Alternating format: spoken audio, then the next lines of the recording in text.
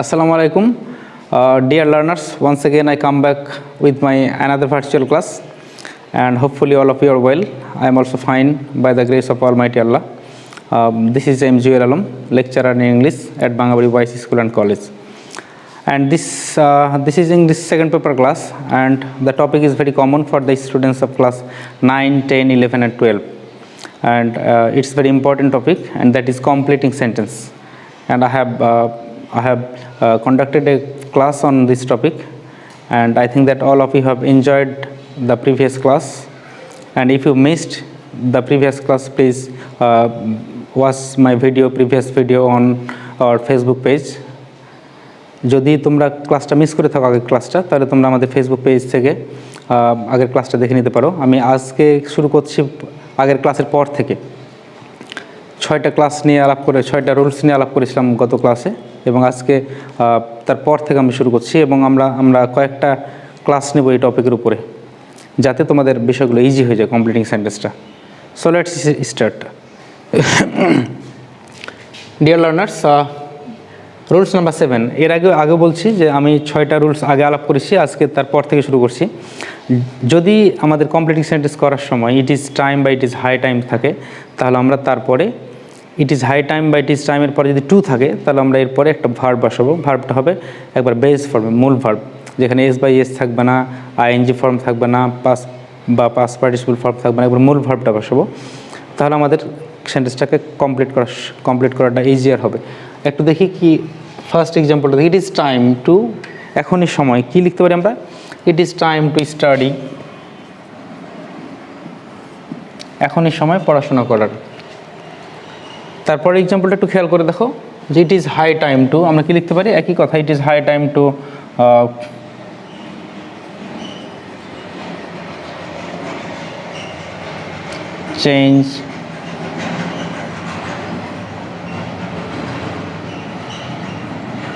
change our bad habits.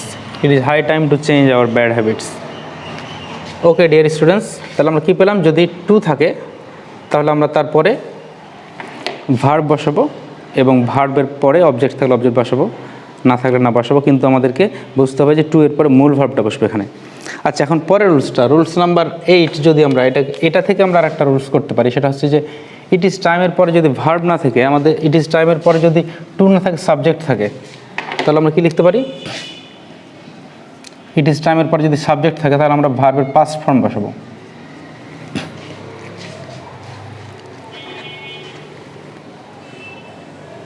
আমি একটা example দিয়ে দেখি। এটা থেকে আমরা করতে পারি, ইট ইজ টাইম উই, আগের সেন্টেন্সটা থেকে আমরা লিখলাম, এখানে ছিল টু, আমরা বসালাম উই, তারপরে যদি আমরা এখানে পাস্ট ফর্ম করে দিই তাহলেই ওকে। তাহলে আমরা কি পেলাম? যদি ইট ইজ টাইমের পরে টু থাকে, তাহলে আমরা মূল ভার্ব বসাবো, বেস ফর্ম ভার্বের। আর ইট ইজ টাইমের পরে যদি সাবজেক্ট থাকে, তাহলে আমরা ভার্বের পাস্ট ফর্ম বসাবো। যেমন it is time we changed our bad habits, আগেরটাতে ছিল it is time to change our bad habits. এখন যেহেতু সাবজেক্ট আছে উই, আমাদেরকে ভার্বের সাথে পাস্ট ফর্ম করে দিলাম, it is time to change our bad habits. So আশা করি তোমরা বুঝতে পারছো যে ইট ইজ টাইমের পরে টু থাকলে মূল ভার্ব, আর সাবজেক্ট থাকলে ভার্বের past form. Okay, now come to the next rules.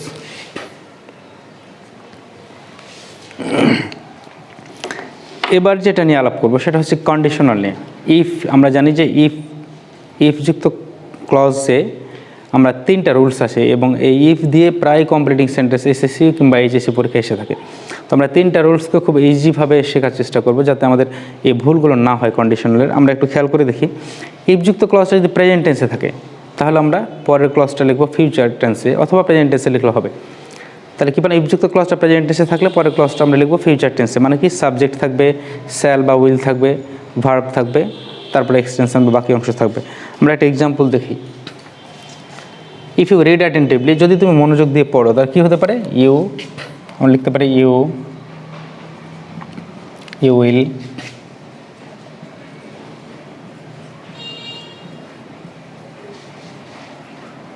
you will make a good result. If you read attentively, you will make a good result.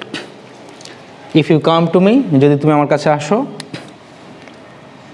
I shall help you. যদি তুমি আমার কাছে আসো আমি তোমাকে সাহায্য করবো। তো আমরা খেয়াল করে দেখো, ইফযুক্ত ক্লজটা এখানে প্রেজেন্ট টেন্সে ছিল, আমরা এখানে ফিউচার ইনডেফিনিটে করেছি।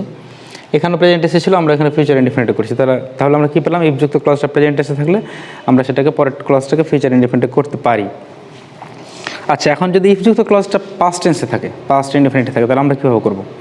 সেক্ষেত্রে আমাদেরকে ফিউচার কন্ডিশনাল করতে হবে, মানে সাবজেক্ট, তারপরে উড অথবা কুড বসাতে পারি, তারপরে মূল ভার্ব প্লাস বাকি অংশ। আমরা একটা উদাহরণ দেখি। ইফ হি ওয়ার্কড হার্ড, যদি সে কঠোর পরিশ্রম করতো তাহলে কী হতো?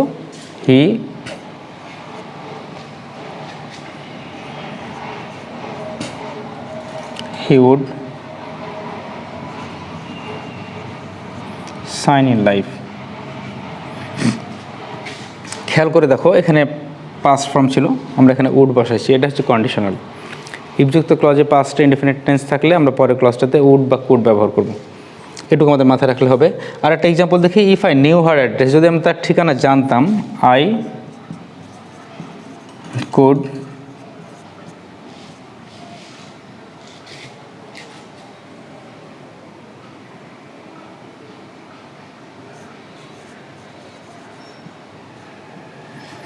গো টু হার, আমি তার ঠিকানা জানলাম, তার কাছে যেতে পারতাম। তো এই হলো আমাদের ইফযুক্ত ক্লজের পাস্ট ইনডেফিনিট টেন্স থাকলে পরেরটা হচ্ছে কন্ডিশনাল হবে, সাবজেক্টের পরে উড বা কুড হবে। তারপরে আমরা একটা এক্সাম্পল দেখি, তারপর আমরা আরেকটা রুলস দেখি, সেটা হচ্ছে ইফযুক্ত ক্লজটা যদি পাস্ট পারফেক্ট টেন্সে থাকে তাহলে আমাদেরকে উড হ্যাভ বা কুড হ্যাভ করতে হবে, এটুকু মাথায় রাখতে হবে, উড হ্যাভ বা কুড হ্যাভ। আমরা একটা এক্সাম্পল দেখি, if I had seen him, যদি আমি তাকে দেখতাম তাহলে কী হতে পারতো? এখানে আই সাবজেক্ট, তারপর উড বা কুড, আই উড হ্যাভ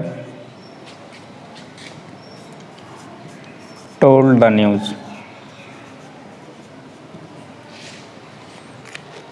আমি তাকে দেখতে পেলে নিউজটা দিতে পারতাম। এখানে যে পাস্ট পারফেক্ট ছিল, আমরা এখানে উড হ্যাভ বা কুড হ্যাভ দিয়ে করেছি। তাহলে আমরা কী পেলাম? এখানে যদি ইফযুক্ত ক্লজটা প্রেজেন্ট ইনডেফিনিট টেন্সে থাকে, আমরা পরের ক্লজটা ফিউচার ইনডেফিনিটে করব। যদি ইফযুক্ত ক্লজটা পাস্ট ইনডেফিনিটে থাকে, আমরা পরের ক্লজটা করব উড বা কুড দিয়ে। আর ইফযুক্ত ক্লজটা যদি পাস্ট পারফেক্টে থাকে তাহলে আমরা উড হ্যাভ বা কুড হ্যাভ ব্যবহার করব। আমরা জাস্ট এটুক মনে রাখলে আমার ধারণা যে ইফ দিয়ে তোমাদের আর প্রবলেম হওয়ার কথা না ইনকমপ্লিট সেন্টেন্সকে কমপ্লিট করার ক্ষেত্রে। এবার আমরা পরের রুলসগুলো একটু দেখে খেয়াল করি। Dear learners, now come to another rules, that is as if or as though. As if আর অ্যাজ দো মানে হচ্ছে যেন। আর এই অ্যাজ ইফ বা অ্যাজ দো থেকে প্রায় পরীক্ষাতে একটা করে কোশ্চেন এসে থাকে। তো একটু খেয়াল রাখলে হবে যে অ্যাজ ইফ বা অ্যাজ দো যুক্ত ক্লজটা যদি প্রেজেন্ট টেন্সে থাকে, প্রেজেন্ট ইনডেফিনিট টেন্সে থাকে, তাহলে পরের ক্লজটা হবে পাস্ট ইনডেফিনিট টেন্সে। যেমন আমরা একটা এক্সাম্পল দেখি, he tells the matter as if, এটা প্রেজেন্ট টেন্স আছে, তাহলে আমরা পরের ক্লজটা লিখব পাস্ট ইনডেফিনিট টেন্সে, as if he knew it. সে ব্যাপারটা এমনভাবে বললো যেন সেটা জানতো। তাহলে আমরা কী পেলাম? এটা প্রেজেন্ট টেন্সে ছিল বিধায় আমরা এখানে পাস্ট টেন্সে করলাম, হি নিউ ইট। এই সেন্টেন্সটাকে যদি আমরা বি ভার্ব দিয়ে কমপ্লিট করতে যাই, আমি জানার জন্য বলতেছি, তাহলে আমরা কী লিখতে পারি যে হি tells the matter as if he war A mad. এখন একটা কোশ্চেন আসতে পারে যে সাধারণত হি বা সি এর সাথে তো বি ভার্বটা ওয়াজ বসে, এখানে ওয়ারটা কেন বসলো? আসলে কিছু কিছু ক্ষেত্রে এরকম হয়ে থাকে, যেমন তোমরা এর আগে হয়তো কিছু সেন্টেন্স পড়ে থাকবে, যেমন if I were a king. আমরা জানি যে আয়ের সাথে ওয়াজ বসে, কিন্তু if I were a king বলি কেন আমরা? ওয়ার বসে কেন? এর কারণটা খুব ইজি, সেটা হচ্ছে যে if I were a king, যদি আমি রাজা হতাম, কিন্তু আমি আসলে রাজা না, রাজার বাড়ির পাশেও না, এটা হচ্ছে আমার কল্পনা। If I were a king, যদি আমি হতাম, এই কাল্পনিক কিছু বলার জন্য আমরা বি ভার্বটা এখানে ওয়ার বসাই।